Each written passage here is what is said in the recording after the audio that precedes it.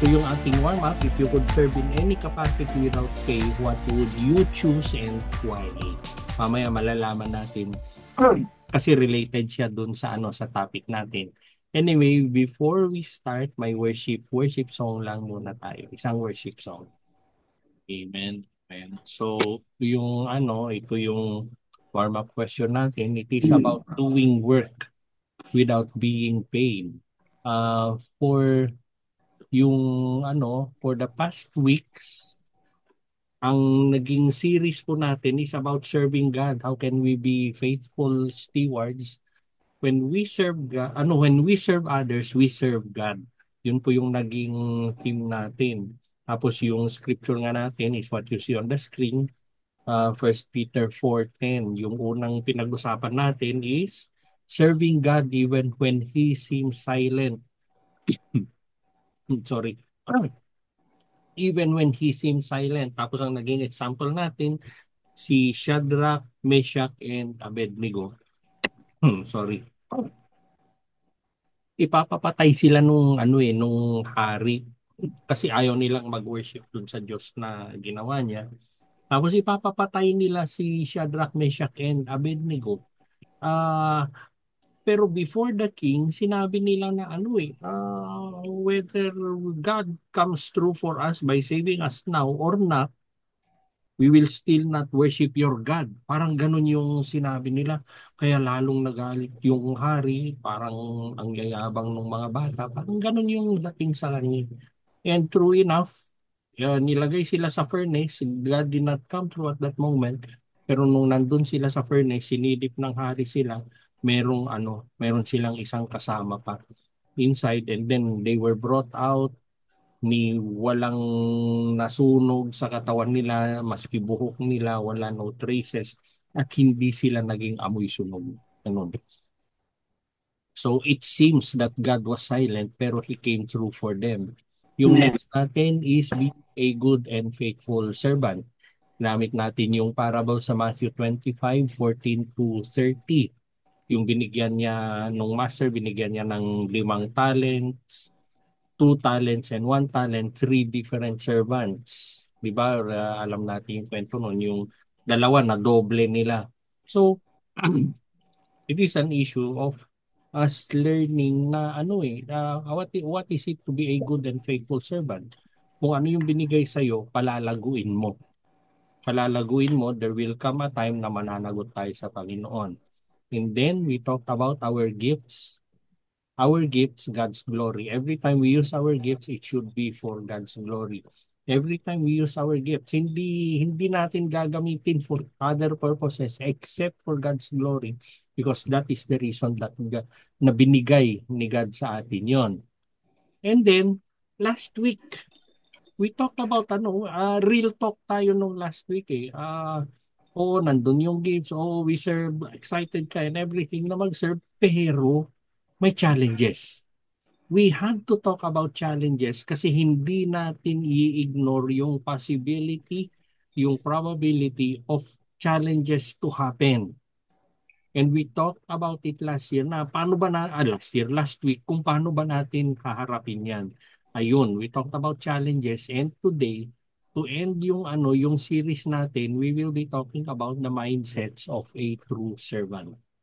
Mindsets of a true servant, tapos ang ah ang model, ang reference natin ay si Caleb. Sa Numbers 14 verse 24. Vincent, pabasa naman Numbers 14:24. Uh, Numbers 14 verse 2. But because my servant Caleb has a different spirit and follows me wholeheartedly, I will bring him into the land he went to, and his descendant will inherit it. Amen. Thank you Vincent. Pag-uusapan natin yung mindset ng totoong servant, at ang model natin ay si Caleb. Yung scripture na nakikita natin sa screen, hihimay-himayin natin yan. Paparti-partihin natin yung scripture na yan para meron tayong makuha. Ano ba yung mindset talaga ni Caleb? So, ang question for us is, ano ba yung katangian? What do we have that will set us apart? Yung meron kasi yung iba nagse-serve lang naman pero yung iba nagse-serve na may impact. Merong impact yung service nila, alam mo yun, yung hindi naman ano outside the Christian faith, marami naman nagse-serve, di ba? Marami namang nagse-serve, meron naman they reach out to people, they help yung mga ganon, marami namang ganon. Pero meron din naman, and we know, and we are looking into yung Christian service. When we serve, marami ang nagse-serve, sabi ko nga, na they would merely serve pero there are those who serve with an impact. Merong natatandaan, merong ano, yung hindi, yung, yung, anong tawag doon, natatandaan at merong naapektuhan yung mga tao na ano, na sinaserve natin. How can we serve with an impact? Sa mundo kasi natin, everywhere in the world ngayon, ano ba yung ano, ang tinitignan, what people admire ay yung charisma. They look at charisma over character. Kung magaling magsalita, yung mga tipong ganon, kung magaling magsalita, ayun, yun yung mga nakaka-appeal sa mga tao. And sometimes, and often, hindi sometimes, ay yung appearance ng tao, matangkad, pogi, maganda, o sige, okay na yun. Oo, hindi na tinitignan yung attitude ng tao. Pero si God, iba yung tinitignan niya. Ang tinitignan niya is somebody with a different spirit. Sabi nga dito sa scripture natin. Si Caleb ay ah, ano ba yung nangyari sa kanila nung nagpadala si Moses ng 12 spies dun sa ano sa Promised Land. Tignan nyo nga kung ano yung pupunta natin, yung ibibigay ni God sa atin. 12 spies, bumalik sila, yung 10 na duwag, diniscourage yung mga tao. Pero si Joshua at si Caleb lang yung nag-report na kaya natin yan. Oo, pare-pareho silang nakita, mga higante yung mga nandun, nakakatakot yung mga tao. Tapos ano yung description ng 10? Magmumukha tayong tipaklong sa harap ng mga taong yan. Wag na lang, wag natin ituloy. Bumalik silang lahat, si Joshua at si Caleb, sila yung nag-report kay Moses. Totoo, malalaki sila. Totoo, ganito yung kalagayan nung ano, ganito yung land na pupuntahan natin. Pero totoo rin na pinangako ni God yan sa atin. Pinangako ni God. So, naging matatag sila dahil pinanghawakan nila yung salita ng Panginoon. Hindi dahil matapang sila. It was not because of their strength.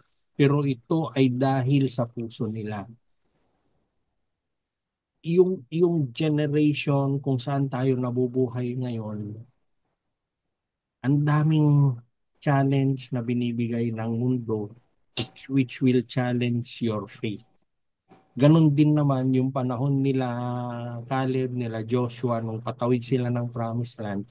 Ang dami nilang kinatatakutan.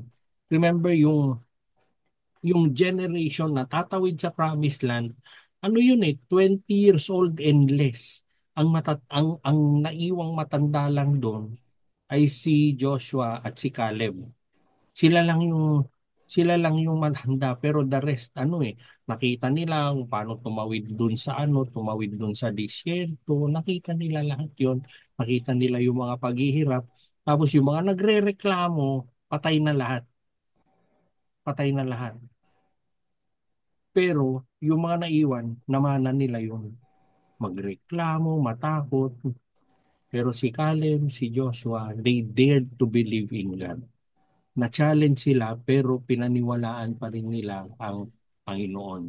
They had a mindset na anuman yung makita ko, anuman ang ipakita ng mundo, ang nangingibabaw at ang masusunod ay yung pangako ng Panginoon sa kanila. Ano ang mindset na meron sila na si God mismo, nung nakita niya yung mindset na yon, siya mismo yung nag-comment sa kanila. He has a different spirit, sabi nga ng Panginoon eh.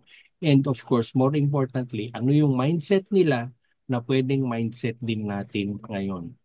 Unang-una, is a servant must have a different spirit. Different spirit. Tapos yun nga, nakita nyo sa screen. But because my servant Caleb has a different spirit, si God mismo ang nagsabi na meron siyang different spirit. Anong ibig sabihin? Hindi siya common spirit. The rest of the people, buong Israel, naduwag dahil dun sa sinabi ng 10. Pero itong si Caleb, kakaiba. Pinangatawanan niya yung salita ng Panginoon. Lahat sila natakot, si Caleb nagtiwala sa Panginoon. Lahat, buong mundo tatakutin tayo.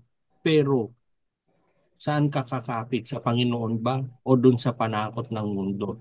Ano yung different spirit? It was a spirit of faith, pananampalataya. Spirit of faith, of courage, of loyalty to God. Pakita na ng mundo kung ano yung gusto nila. Ganon yung attitude niya. Pero ako, pero ako, I will hold on to my God. Bakit ganon? Si Caleb, meron siyang track record. Alam niya kung ano yung mga ginawa ng Panginoon sa buhay niya. Alam niya kung ano yung pinangako ng Panginoon sa kanya. Alam niya kung paano sila umalis sa Egypt at nakarating sa Promised Land. Alam niya lahat yon. We see later in the Bible na ang tanda na niya, 85 years old na siya.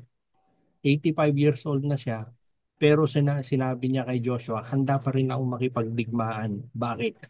Kasi yung digmaan na nilalaban, ano yun, yung pinaglalaban nila, yung digmaan nila, alam niya na lagi silang panalo. Kaya maski ganun siya katanda, kaya pa rin natin yan. Meron siyang track record ni God. And the question for us is, meron ka ba? Meron ka bang track record? Meron ka bang, alam mo ba kung ano yung mga ginawa ni Lord sa buhay mo? Alam mo ba kung paano kanya tinawid? Kung ano yung mga challenges mo? Do you remember all of those? Kasi pagdating ng gipitan, it is worth for us to go back into that list to remember all that God did for us at yun yung magbibigay ng courage at encouragement sa iyo. To be a true servant often means going against the tide of fear. Lahat ng tao natakot na, lahat ng tao na duwag na, pero maski mag-isa kang hindi takot, go ka pa rin. The tide of fear or yung kultura or yung public opinion or yung kultura. Nilagay namin yung kultura dito ni Tita Do kasi we came from, alam naman natin yun, last week, we came from Davao, tapos ang mga nagminister kami dun sa mga pastors, tribal pastors, galing sila sa bundok. So, naglalaban ang kultura at pananampalataya. Naglalaban sa kanila yun eh. Yung kultura at pananampalataya, ano ba ang mas mahalaga? Ano ba yung masusunod? And honestly, they came to us, very honest, nalilito rin sila. Nalilito rin. Kasi when we talk about kultura, ilang generations na yun yung pinapaniwalaan. And then you learn about Jesus Christ who tells you something different. So ano yung masusunod? Ano yung masusunod? Siyempre, ano na yun eh. Maski yung mga ninuno nila, ilang generations, yun yung pinapaniwalaan. And then, you learn about Jesus Christ who tells you otherwise. Ano ba yung paniniwalaan? Pero, yung mga pastors na nakausap namin, they chose to follow Jesus Christ. Ni-renounce nila kung ano yung mga tinuturo ng kultura sa kanila. Remember, mga pastor sila sa bundok. Sa mga bundok, hindi pa, ano yun eh, hindi nakakarating wala pa silang formal na education. Tapos, sorry, nagkaroon ng church plant, tapos, sorry, nagkaroon ng church plant, tapos sila yung napili. Sila yung ginawang pastor. And then they want to continue kung ano yung vocation nila, yung pagiging pastor nila, pero nandun nga lumalaban si kultura sa kanila. So pinili nila si Lord during that time. Dare to be different. Parang si Caleb, dare to be different. Kung minsan you are outnumbered, nag-iisa ka. Minsan you are misunderstood. Kung minsan kinukutya ka na nga eh. pero hindi ka nag-iisa. Kasama mo ang Panginoon. Servants with a different spirit stand out because they stand up for what is right. In the end, dahil yung katotohanan, yun yung pinapangatawanan mo, then you will still stand out. You will still stand out. Oswald Chambers, sabi niya, the true test of a servant is if you act like one when you are treated like one. People might treat you as a servant, totoong servant, pero will you act like one? Will you act like one? Will you stand out? Ano yung mga bagay-bagay, anong area sa buhay mo na sinasabihan ka ni God na you have to be different from all the rest. You have to be different from all the rest. Ano ba yung mga sitwasyon, ano yung mga meron ka sa buhay mo na sinasabihan ka ni God, baka right now sinasabihan ka niya na you have to be different from all the rest. Maski ikaw yung nag-iisa, kung ikaw naman yung tama sa mata ng Diyos, yun pa rin, siya pa rin ang masusunod. Tapos, yung mindset number 2 natin, a servant must follow wholeheartedly.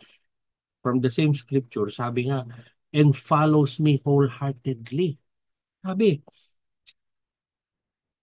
sinabi ni God patungkol kay Caleb, wholeheartedly.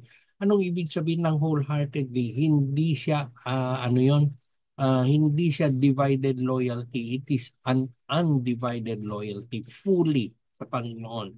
Walang, no part nung heart ni Caleb ang nakareserve for fear, for pride, for self-interest. Walang ganon. And we see that today. We see it everywhere today na akala mo nagsaserve sila on fire na mag-serve, ang gagaling nilang mag-serve, pero merong nakareserbang konti siguro, hindi ko alam kung konti o yun yung majority, no? Merong nakareserba sa puso nila para sa kanila. Self-interest. Kailangan makilala ako, kailangan palakpakan ako, kailangan pasalamatan ako, kailangan basta ako. Or it is reserved for fear, for pride, naka-reserve yun sa puso nila. Pero ang totoong servant kasi hindi half committed. Hindi yung may natira ng konti, pero ang totoong servant, all in yan. All in yan, they do not hold back. Walang tinatago, walang nakareserba pa para sa sarili niya. You give God your all, everything sa Panginoon, time, talent, obedience, everything. Partial obedience, narinig na natin ito noon, partial obedience is still disobedience. Ang gusto ni God ay full obedience. Yung wholehearted servant lives not for the applause of people, but for God's approval. Maraming mga tao, ano yan, gusto nilang nakikilala sila na pag meron ibang nakilala ay nagiging kalaban nila. Narinig nyo na ba yun? Nakita nyo na ba yun? Pero ganun yung maraming mga taong ganun. Ang driving force nila ay yung ina-acknowledge sila ng mga tao. Ina-acknowledge sila ng ibang mga tao. They give a they give a facade of humility, a facade of service, pero deep in their heart, they still need to be acknowledged. Gusto pa rin nila yon. Meron bang area, bagay-bagay sa buhay mo, in your heart, or sa buhay mo, na hindi pa fully surrendered sa Panginoon? Ito yung pag hindi ka pinasalamatan, hindi ka nakilala, hindi ka naalala, iniwan ka, ay sasama pa rin ang loob mo. When in fact, it is God you are serving, mas mabuti na lang yung si Lord ang nakikilala sa iyo, parang si Caleb. Si, si, si God ang nag-acknowledge kay Caleb, ang nag-acknowledge sa kanya. James Hudson Taylor. Hudson Taylor, anong sabi niya? Christ is either Lord of all or He is not Lord at all. If He is not Lord of all sa buhay mo, then hindi siya Lord talaga. Hindi siya talaga Lord. Number three, a servant must live with a vision of inheritance. You know, vision of inheritance. The same verse, ano yung sinabi? And I will bring him into the land and his descendants will inherit it. Nung 2 weeks ago, pinag-usapan natin yung nagsimula siya na nagli-lead lang, sumasama lang sa mga small group lang, nag-invite siya, pumupunta sa mga Bible study, nag-share siya doon. And then once na-share niya, unknown to him, ay naging magaling na na evangelist, nakapag-evangelize ng somebody, na naging evangelist na naman, tapos ang lalaki nung mga ministry nila. Unknown to him, doon sa nagsimula, akala niya ang liit lang yung mga nagagawa niya. Pero he has a vision he has a vision of eternity kasi alam niya that someday merong makikinig, tapos someday may share niya, and someday maging evangelist, and someday they will build the kingdom of God. They will share in the building of the kingdom of God at a greater capacity only because he was sharing to 3 people, 5 people, ganon siya. Ganon din sana siya. Ganon din sana tayo. Kasi si Caleb, he did not live for the moment. Hindi lang yung mga ganon. Hindi lang yung mananampalataya ko ngayon para sa sarili ko, para sa ano yun. Hindi po. When you are serving God today, it is not an impact on yourself only. It will impact pati yung mga susunod na generation sa iyo. Yung mga ginagawa natin ngayon, it is not for ourselves only, pero naapektuhan yung mga susunod na generation. Caleb, sabi ko nga, he does not live for the moment. He did not live for the moment, pero he lived for the promise. Maraming mga pangako ang Panginoon sa atin and we live for those promises. He's so beyond yung wilderness, He's so beyond yung mga nakakatakot na tao, pero He was also looking at the inheritance na meron siya. Ibig sabihin, yung isang totoong servant, we will always understand that we are a part of something eternal. Itong ginagawa natin ngayon, ilan tayo na nandito, it is not only about us, it is not only kung yung natututo tayo, na-inspire tayo, nako-convict tayo, pero it is about something that is eternal. Something that it is eternal, it is something about being part ng plano ng Panginoon para sa atin. Yung example ko nung last week, how would you feel? How would you feel? How would you ano yung dating sa iyo if someday nandun ka na sa kabilang buhay and then nagkakape kayo ni Jesus one afternoon, tapos sasabihan kanya, maalala mo ba? Meron akong pinagawa sa iyo noon. Tapos ito, ni-reach out mo, ito ginawa mo. Ang laking bagay nung sa akin. Sasabihin ni Lord sa atin. Di ba sabi sa scripture that for every soul that returns to God, there will be feasting and celebration in heaven. For every soul, one soul, one soul. So yung nagawa mo para sa nag-iisang tao, ang laking bagay kay Lord yon. Malaking bagay kay Lord yon.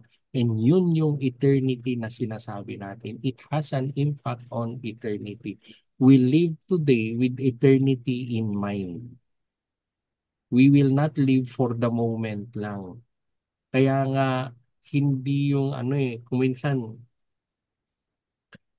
yung mga nagsasabi sa amin ni Tita doon na yung mag-share ng gospel, nahiya ako eh. Nakakahiya, hindi ko kaya yung ganyan. Nakakahiya, hindi mo kaya yung ganon because you are living for that moment lang. Pero if you think of eternity, then it will all be different. It will all be different. We live today with eternity in mind. Yung faithfulness natin today, it prepares a legacy for others to follow. Prepares a legacy for others to follow. Ituro mo man o hindi, meron at merong susunod sa ginagawa mo. Do not settle for surviving, pero we will always believe and settle for inheriting. In my, ano yun? In my kingdom, it has many mansions and I have prepared one for you. Sabi ng Panginoon, why don't you look forward to that? Why don't you look forward to that? Yung sabi niya sa parable ng prodigal son, everything I have is yours, sabi nung tatay doon. Why don't you look forward to that time? Why don't you look forward to that time na nandun ka sa kingdom and you will be enjoying all that God has promised to you. Siguro dito sa buhay natin ngayon, nakakapos ka. Sa buhay natin ngayon, nahihirapan ka. Pero if we persevere, we keep on serving God, meron siyang hinanda para sa bawat isa sa atin. Why don't you look forward to that? Jim Elliot, sabi niya, he is no fool who gives what he cannot keep to gain what he cannot lose. Yung hindi, yung pinagkatiwala sa iyo, ito rin yung gagamitin mo para mag-serve sa iba and you will gain what you cannot lose. Yung kapalit nun, hindi mawawala sa iyo. Yun yung sinabi ni Jim Elliot. Are you living with an eternal perspective that influences how you serve today? Paano ka ba mabuhay ngayon? Patungkol lang ba ngayon? Patungkol lang ba yung future ng mga anak mo? Patungkol lang ba yan kung ano yung kailangan mong gawin ngayon? Is it only about you? Is it only about your children? Or is it about eternity? Is it about Jesus Christ? Ano yung mindset ng true servant? We have it on the screen. They must have a different spirit. They will follow wholeheartedly, and a servant must live with a vision of eternity. Yan po. Marami yung mga mindset na yan, pero hinighlight ko lang yung top 3. Yung top 3 na top 3 na anong tawag doon na mindset ng servant. Ayun, sige po. So we have time para sa ating breakout room. Ruben, thank you. What changes do you need to make to develop a servant's mindset like Caleb? Ayun. Yung servant's mindset like Caleb, yun yung nakasulat sa taas. Ano ba yun? It would be a good time for us ngayon to look into our lives. Ano ba yung ano yung meron ako, ano yung dapat kong baguhin? How can you encourage others around you to pursue a wholehearted service to God? Yung ginagawa mo kasi, nakikita ng iba, naapektuhan ng iba. So paano mo ma-encourage ang ibang tao? Unang-una by what you do, yung sarili mo. Pero how can you encourage others? Tapos which part of our Bible study had the deepest impact on you? Okay na, Ruben? Okay na, Pastor Alex. Siyempre, thank you, thank you. Bigyan natin ng 20 minutes. Marami tayong oras ngayon. 20 minutes kayo pag-usapan yung breakout room topic natin. Magsisimula na po ang 20 minutes. Yun. Thank you. Thank you, Vincent. Alam mo, hindi lang hindi naging subtle si Vincent yung pagsabi niya. Pero yung sumusuporta ka ng ministry, sumusuporta ka ng ministers, ng pastor, service din yun. Service din yun. Merong dun sa shinare nyo, may dadaglag lang ako kasi yung kay Caleb, yung 1 and 2, a servant must have a different spirit, tapos a servant must follow wholeheartedly. Ah, dun sa narrative, dun sa kwento ni Caleb, kung maalala nyo, di galing sila ng Promised Land, nag-spy sila, bumalik sila, nag-report sila kay Moses. Nung nag-report sila kay Moses, yung 10, iba yung mga kinukwento nila, pero si Joshua, si Caleb, iba rin yung sinasabi nila. Yung 10, ano yun, yung ang lalaki ng mga tao doon, nakakatakot, wag na lang natin ituloy yung mga ganon. Tapos si Caleb, ano yung sinasabi niya? Kaya natin yan, lusubin natin yan, atin yan, pinangako ni Lord. Ang gusto lang makita natin doon, walang statement si Joshua, si Caleb, wala silang sinabi na, yang mga yan, sinungaling mga yan, yang mga yan, duwag. Wala silang sinabing ganon. Wala tayong mababasa sa Biblia na sinabi nilang ganon. Bakit? Ano yung mahalaga? Ano yung point na gusto mong sabihin doon? Yung servant nakafocus sa ginagawa niya. Nakafocus sa ginagawa niya kasi ginagawa niya para kay Lord. Hindi niya sasabihin na, si Vincent kulang, liit lang ng pag-serve niya eh. Hindi siya nakatingin ng ganon. Wala siyang tinitignan, ito Lord, ako, ang laki-laki ng ginagawa ko. Si Ruben, yun lang yung yung ginagawa niya eh. Hindi siya ganon. Hindi siya ganon. Bakit? Kasi yung servant, nakafocus siya doon sa pinapagawa ni Lord. Yung parable of the talents, yung nabigyan ng 5, 2, at 1, wala sa kanila, hindi mo mababasa na yung merong 2, nakatingin siya doon sa binigyan ng 5 o ano yung ginagawa niya. Hindi. Nakafocus lang siya kung ano yung inassign sa kanya. Tayong mga servant, kung ano yung inassign ni Lord, nakafocus lang tayo doon. Tapos balik tayo doon sa kwento ni Joshua at ni Caleb. Anong nangyari sa kanila? Dalawa lang sila ang nagsasabi na tawirin natin yan. I-conquer natin yung promised land na yan. Yung 10 duwag. Wala tayong mababasa sa Biblia na sinubukan nilang i-defend yung sarili nila. Basta sinabi lang nila yung katotohanan.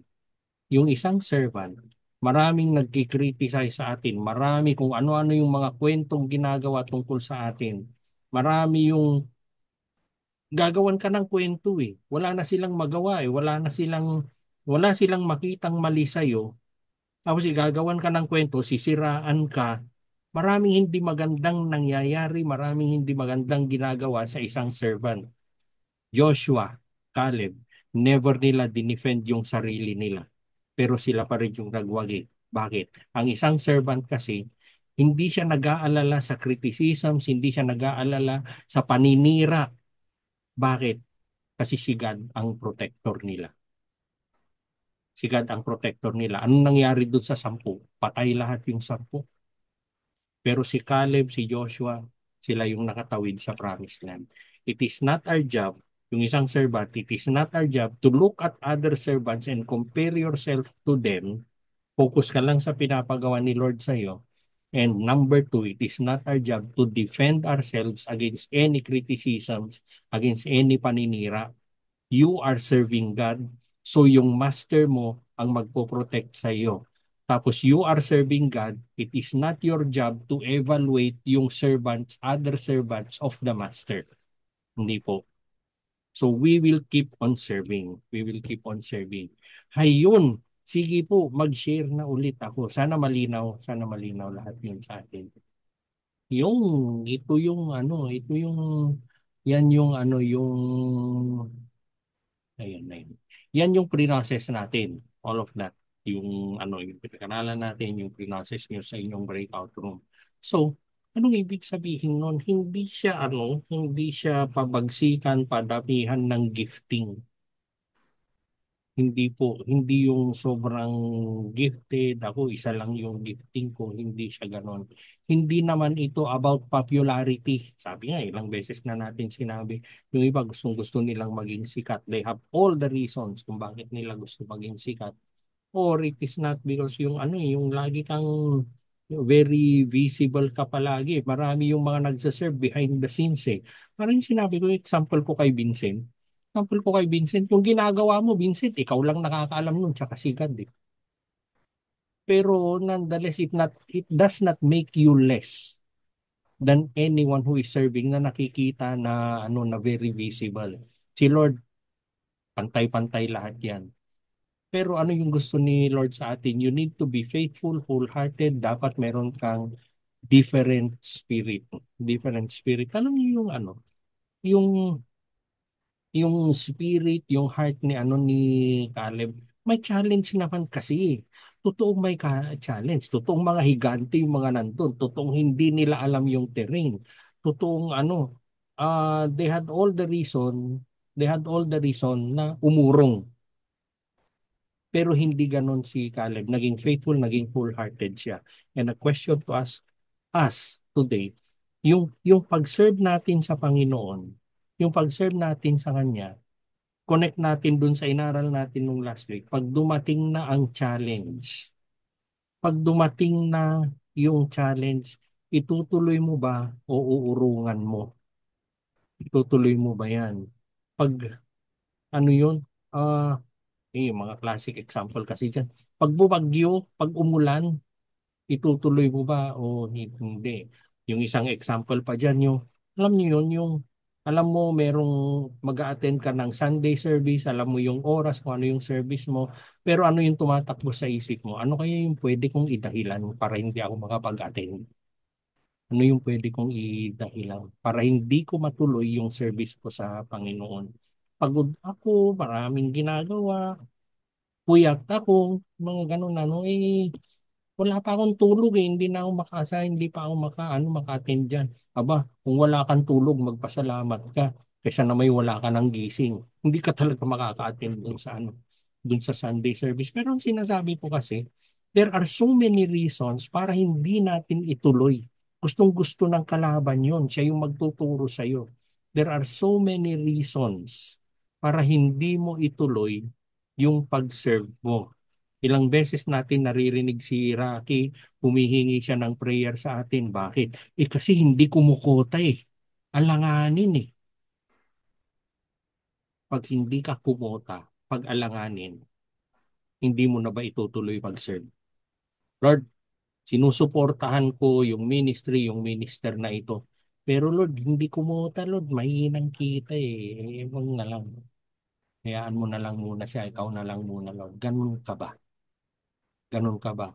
Or ikaw ba yung, Lord, ito yung nakikita ko, pero iba yung nakikita mo. Yung pag-serve ko, ituloy ko pa rin. Bakit? Kasi ang provider ko, hindi yung negosyo ko. Ang provider ko, ikaw. And so many times, nakita natin si Rocky na, Lord, tagilid eh. Hindi kumukota eh. Tapos, pagdating na yung pag nandun na sa dulo, aba kumota. Kasi nga nauuna yung pag-serve. Kasi nga nauuna yung gawain ng Panginoon, yung pinapagawa niya sa iyo. Ano yung challenge para urungan mo yung pag-serve mo sa Panginoon? Ano yung challenge para sabihin mo na, Lord, magutom muna sila. Magutom muna yung mga yung mga sinaserve ko sa church. Ano yung challenge na darating sa iyo para urungan mo yung mga pag-serve mo sa Panginoon? Lord, ang yayabang nila eh. Lord, sila at sila na lang eh. Will you turn your back on God dahil sa gawa ng ibang tao? Yung sinabi ko kanina, number one, it is not for us to evaluate yung mga servant ng master. And number two, it is not for us to defend ourselves when we are serving the master. Bakit yung master ang magdi-defend sa atin? Psalm 105 verse 15 ang nakasulat doon. Don't you lay your hands on my chosen servants, sabi ng Panginoon. And do not do a thing to hurt my prophet. Sabi dun sa 105 verse 15. So, ibig sabihin, we leave it to God. We just keep on serving. We just keep on serving. Lord, nakikita ko ito yung Lord, ang dami pwedeng dahilan eh. Dami pwedeng dahilan eh. Lord, nakikita ko medyo pagilid yata yung income ko. Wag na lang muna. Na lang muna, hindi po. Just keep on serving God and keep on trusting God because it is only in those tagilid moments that we choose to be in faith that God will come through for us. Parang si Caleb. Parang si Caleb. So, with that, yan po natin yung series natin. Pero, may we be counted among those men and women na meron silang different spirit. Yung mata nila, sabi nga natin, it is fixed on Jesus. It is not on what the world is showing them. Sana kasama tayo on those people, on those servants who dare to believe. They will dare to believe, maski mag-isa mo na lang. Pero you will still dare to hold on to faith and serve Him even when no one else will anymore. Kapit tayo sa Panginoon, we will keep on serving. Amen. Amen. Amen. Amen po. Ay, worship song pa tayo and then we will pray. Amen. Thank you, Lord. Ay, hindi, sandali. Lord, we thank you for showing us once more what it means to be a true servant.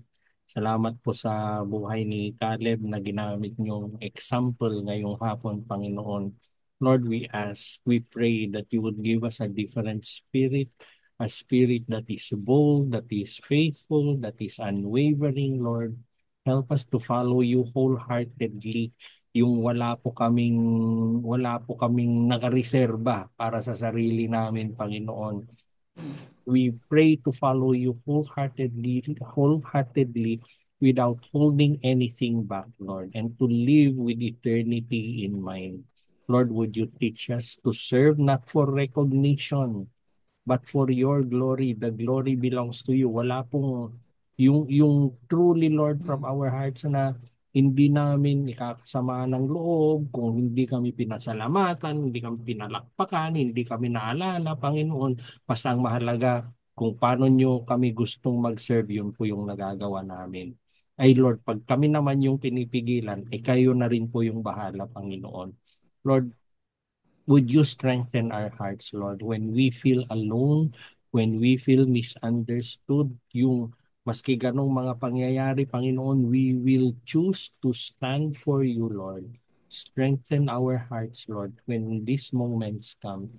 Would you fill us with courage, Lord, na when fear surrounds us, hindi po namin ipagkakaila.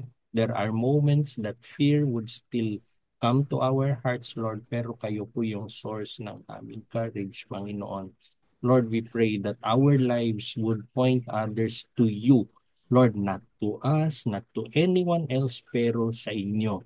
Na people will devote themselves to you, will be loyal to you, Lord, not to us, but to you. And may we be counted, Lord, as faithful servants who will inherit your promises, Lord, and inspire future generations to do the same and to serve you. In Jesus' name. Amen. Amen. Amen. Amen. Amen. Amen. Amen. Amen. Thank you po, Pastor. Thank you, Pastor. Picture. Picture. Sandali. Meron lang may konting announcement tayo. Ayan. Yan. Yan. Oo. Every year ginagawa ng BSGR, may Dawn Devotions and Worship. Tapos kung saan tayo pumupunta, kaso yung pinupuntahan natin dito sa Mowa. sa MOA, yung dagat naging buhangin na eh. Bantot na po doon. May Bantot tahong. talaga. Amoy tahong na. So, yung Kaya punta tayo dun sa freshness. itong El Clasico, nung last year pumunta na tayo doon, yung mga nakasama nun, and we're going back there again. Lamig. Vincent, sa Marilake ito eh. Actually, hindi ko pa po yan naririnig pero isi-search ko mabuti na i-post na. Oo. Punta tayo dun. Tapos yan, kung merong mga tanong, inquiries, tapos siyempre kailangan mag-RSVP dyan kasi kailangan ng head count. Kasi, chichirya na lang baunin nyo kasi may branch na pandon. 300 lang po. May free may sponsored sinigang. Sabi, may sinigang. May tumawa dyan, may nakasmile. Oo. So yan, tapos i-announce na rin namin dun sa Wednesday, dun sa ibang mga group. Maganda to. Maganda tong area to. Hindi po kasi ako nakasama dito nakaraan eh. Vincent, Oo. maalala mo yung picture ko nung last year na binati mo nung meron akong Dominar? Oo, yun ba yun? 200cc, yun. Ang dami kasi dyan eh. Oo. Balak nga namin ni Grace kung pupunta kami dyan, nakamotor lang kami. We will be above the clouds. Oo. Punta Kasi, na. kasi maganda dyan. Lay. Sa malapit pala sa BNK. Kasi doon kami kumakain sa BNK. Pang ano yun eh, panghampas lupa na restaurant. Mura lang. Mura po. Yung mga terminology ni Vincent. Other Vince, pag Hinampas sa inovertikan ka lupa. dyan, wag mo nang sundin. Ha? Pag inovertikan ka dyan, wag mo nang... Mag-birthday doon si Kwan. Hindi. Dito, wag ka lang o-overtake sa Fortuner. Itim na Fortuner. Oo. Ayan, sige po. Pero ipopost ko rin ito dun. Maganda to. Oo. Ate Lay, punta ka dito. Saan sagot namin yung worship song si Teyet yung sa kwan, sinigang. So, Promise, maganda to. Maganda tong ano na to. maganda yung lugar na yan. Itong Kaya lugar na to kasi masarap no, mag-pray kay Lord. naka-ano na ako ngayon agad eh. Naka-Google Map ako ngayon. Nung makita ko siya, Nakita. yon. Oo. Ang ganda ng ano, Sea of Clouds to sa umaga. Mm. Yes, we're above the clouds. Yan na nga yung lugar na yan, yung picture. Yung Tanay Highlands, masakit sa ngipin doon eh. Ayun, sige po. Traffic pa doon. Thank you everybody. Ipopost ko yan doon sa ano. Sige po. Oo. Okay. Sama ka na, Ruben. Oo nga, Ruben, punta ka dito. Uwi ka ba Pangasinan? Kung makakauwi ako. Pagka na umuwi muna, matraffic.